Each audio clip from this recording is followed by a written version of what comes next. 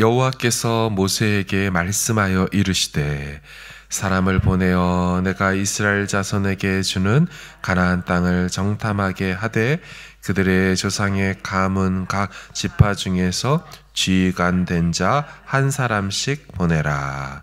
모세가 여호와의 명령을 따라 바란 광야에서 그들을 보냈으니 그들은 다 이스라엘 자손의 수령된 사람이라. 그들의 이름은 이러하니라. 루벤 지파에서는 사쿨의 아들 삼무아요. 시므온 지파에서는 호리의 아들 사밧이요. 그는 여분네의 아들 갈렙이요. 이사갈 지파에서는 요셉의 아들 이갈이요. 에브라임 지파에서는 눈의 아들 호세아요. 베냐민 지파에서는 라부의 아들 발디요. 스불론 지파에서는 소디의 아들 갓디엘이요. 요셉 지파 곧 므낫세 지파에서는 수시의 아들 갓디요. 단 지파에서는 그말리의 아들 암멜이요. 아셀 지파에서는 미가엘의 아들 수들이요. 납달리 지파에서는 윕시의 아들 나비요. 갓 지파에서는 마기의 아들 그우엘이니 이는 모세가 땅을 정탐하러 보낸 자들의 이름이라. 모세가 눈의 아들 호세아를 여호수아라 불렀더라. 모세가 가나안 땅을 정탐하러 그들을 보내며 이르되 너희는 네겝 길로 행하여 산지로 올라가서 그 땅이 어떠한지 정탐하라. 곧 그 땅 거민이 강한지 약한지 많은지 적은지와 그들이 사는 땅이 좋은지 나쁜지와 사는 성읍이 진영인지 산성인지와 토지가 비옥한지 메마른지 나무가 있는지 없는지를 탐지하라. 담대하라. 또 그 땅의 실과를 가져오라 하니 그때는 포도가 처음 익을 즈음이었더라. 아멘. 불평의 시리즈 3가지 에피소드가 끝나고 가나안 땅 정탐 이야기가 나옵니다. 오늘 사건은 매우 중요합니다. 왜냐하면 왜 이스라엘 이 출애굽 1세대들이 40년의 광야 생활을 해야만 했는지에 대해 신학적이고 신앙적인 이유를 설명해주는, 밝혀주는 대목이기 때문이지요. 여호와께서 모세에게 이렇게 말씀합니다. 사람을 보내서 당신이 주시려는 가나안 땅을 정탐하여 오라고 합니다. 근데 이 일에 아무나 보내지 말고 각 지파에서 한 명씩 뽑아라. 지휘관, 두령되는 사람을 뽑아서 이 일을 진행하라고 합니다.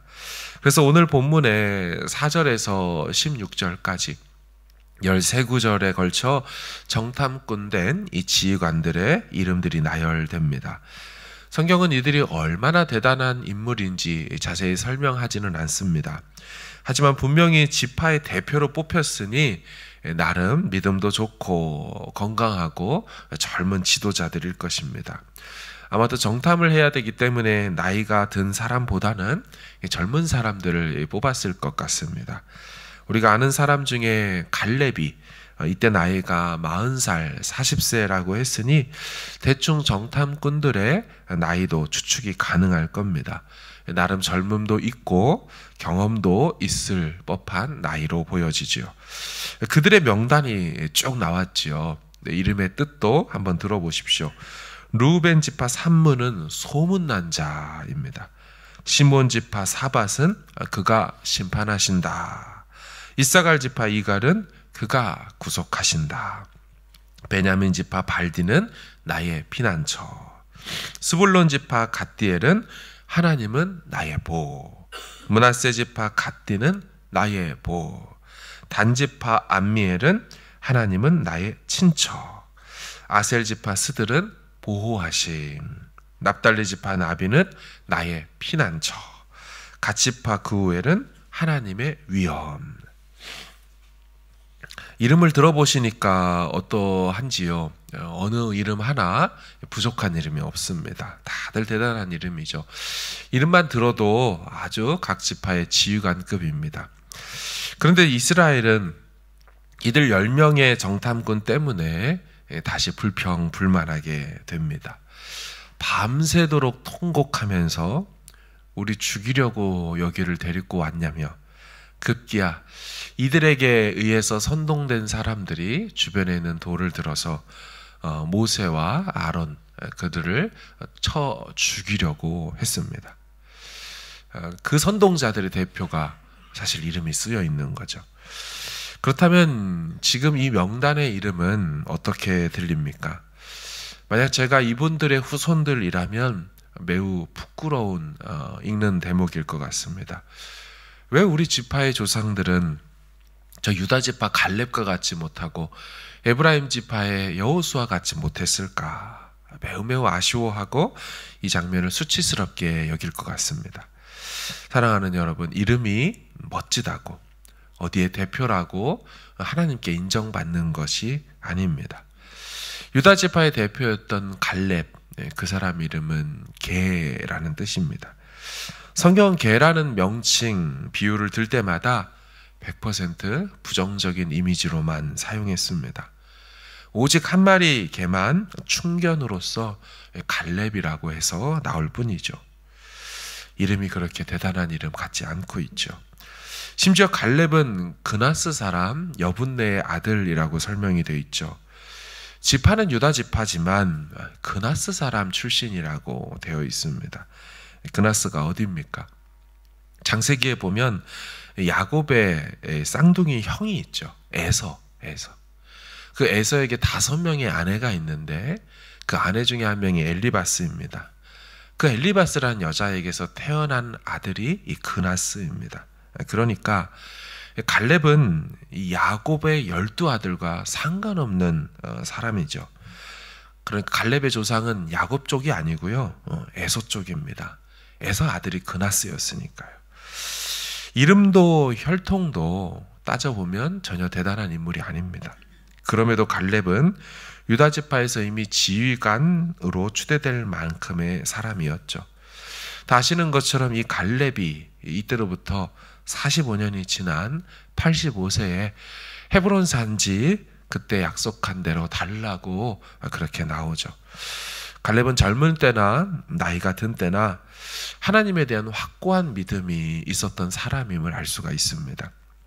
민수기 14장에 이제 온 지파 사람들이 이 10명의 이 불신 지파 대표들에 선동되어서 모세와 아론에게 돌 들어서 이제 막 찍어 죽이려고 할 때, 그때 갈렙이 목소리를 높이며 이렇게 말하죠. 우리가 두루다니며 정탐한 땅은 심히 아름다운 땅입니다. 여호와께서 우리를 기뻐하시면 우리를 그 땅으로 인도하여 들이시고 그 땅을 우리에게 주실 겁니다. 이는 정말로 적각꿀이 흐르는 땅입니다. 제발 여호와를 거역하지 마십시오. 또 그 땅 백성을 두려워하지 마십시오. 그들은 우리의 먹입니다. 그들의 보호자는 그들에게서 떠났고 여호와는 우리와 함께 하시니 그들을 두려워하지 마십시오. 이 얼마나 멋지고 아름다운 믿음의 고백입니까? 지금 주변 사람들 수백 수천 명이 손에 돌을 들고 있는 상황입니다. 괜히 나섰다가 너까지 죽어라 하며 같이 투석으로 사망할 수 있어요.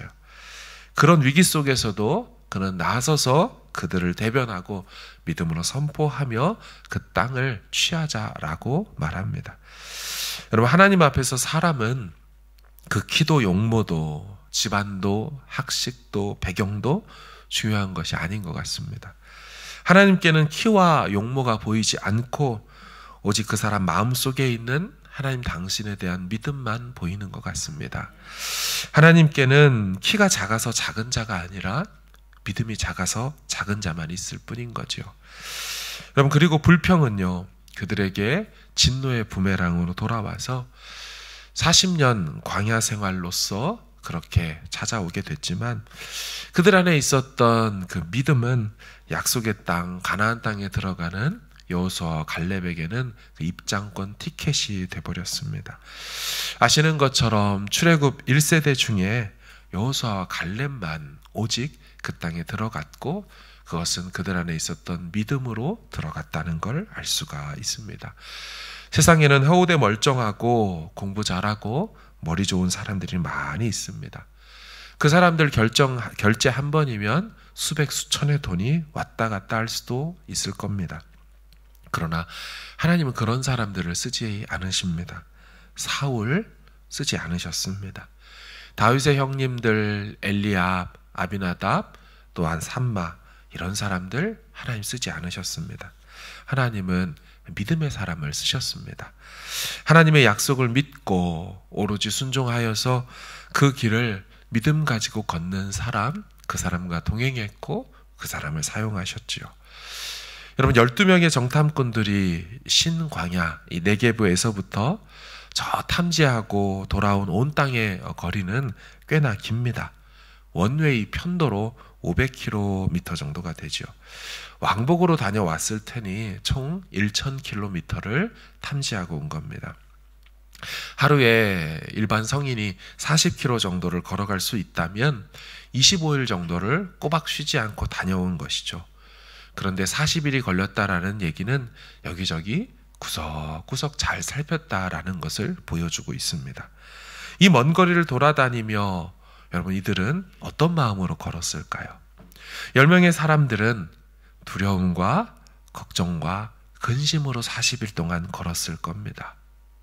하지만 같은 경로를 다니면서 2명의 갈렙과 여호수아는 우리 하나님이 이 땅을 주신다고? 우리 하나님이 이 아낙 자손들도 무찌르신다고?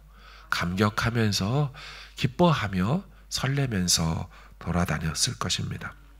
여러분 우리는 어떤 사람입니까? 이 같은 믿음의 사람 되길 주의 이름으로 축원합니다. 오늘 본문 20절에 보면 2가지 명령으로 끝내지요. 탐지하라, 담대하라. 여러분 탐지하는 것도 중요한 사명이지만 그 사명을 감당하는 과정 속에서의 우리의 마음의 상태는 더욱 중요합니다. 여호와께서 우리와 함께 하시니 담대하여 그들을 두려워하지 않는 자세. 주께서 우리에게 주실 것은 적과 꿀이 흐르는 아름답고 비옥한 땅임을 믿으면서 걷는 것이 중요한 것입니다. 같은 40일을 살고 같은 40년을 걷고 40년이라는 한 세대를 우리 모두가 주어져 이 땅을 살아갑니다. 어떤 이들은 10명의 다수의 측에 속해 열심히 분석하고 판단하고 탐지하여 멋진 보고를 해대긴 하지만 다 불신으로 깔려있고 모든 말끝마다 악평으로 끝날 수도 있습니다. 하지만 똑같은 40년이라는 한 세대, 한 평생을 주 앞에 살면서도 믿음으로 고백하고 주님을 신뢰하며 주님이 이거 행하실 거라고 그렇게 살아갈 수도 있는 것이죠. 그래서 바라기는 우리 주님께서 원하시는 사람이 배경 지식, 용모, 학식, 재력이 아니라 오직 믿음을 보시고 그것에 맞게 맡기고 이루신다라는 사실 앞에 오늘 이 하루도 그 담대하라는 이 믿음의 마음 가지고 하나님과 또 사람들 앞에서 멋지게 살아갈 수 있는 저와 여러분 되기를 주님의 이름으로 축원합니다. 나의 소망 되신 주, 주를 바라봅니다.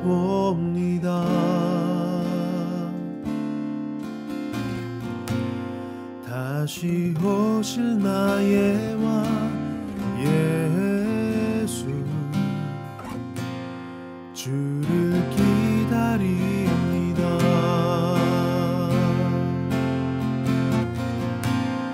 나의 소망 되신 주,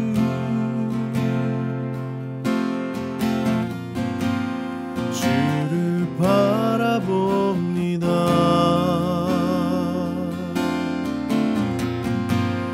다시 오실 나의 왕 예수, 주를 기다립니다. 밤이나 낮이나 어제나 오늘도 영원히 주만 찬양해.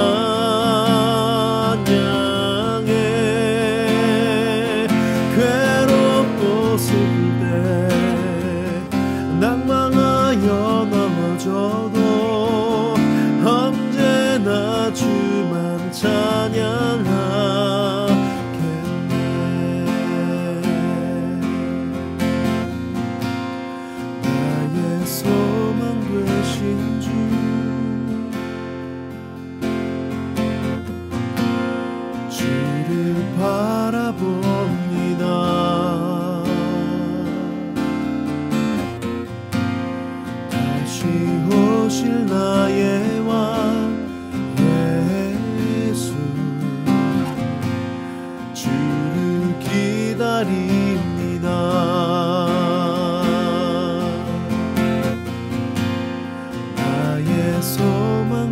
되신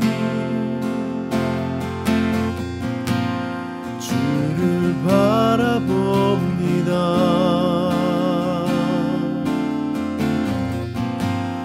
다시 오실 나의 왕 예수, 주를 기다립니다.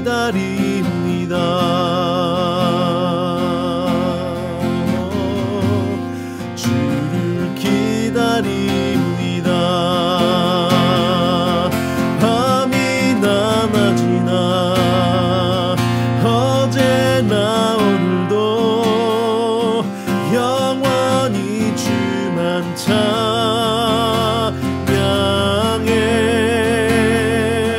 괴롭고 슬플 때 낭망하여 넘어져도 언제나 주만 찬양하겠네.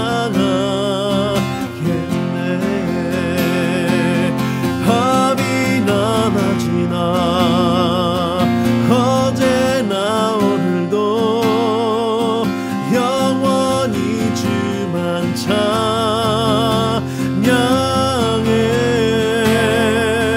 괴롭고 슬플 때 낭망하여 넘어져도 언제나 주만 찬양하겠네. 밤이나 낮이나 어제나 오늘도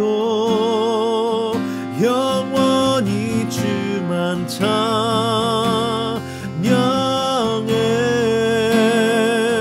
괴롭고 슬플 때 낭망하여 넘어져도 언제나 주만 찬양하겠네.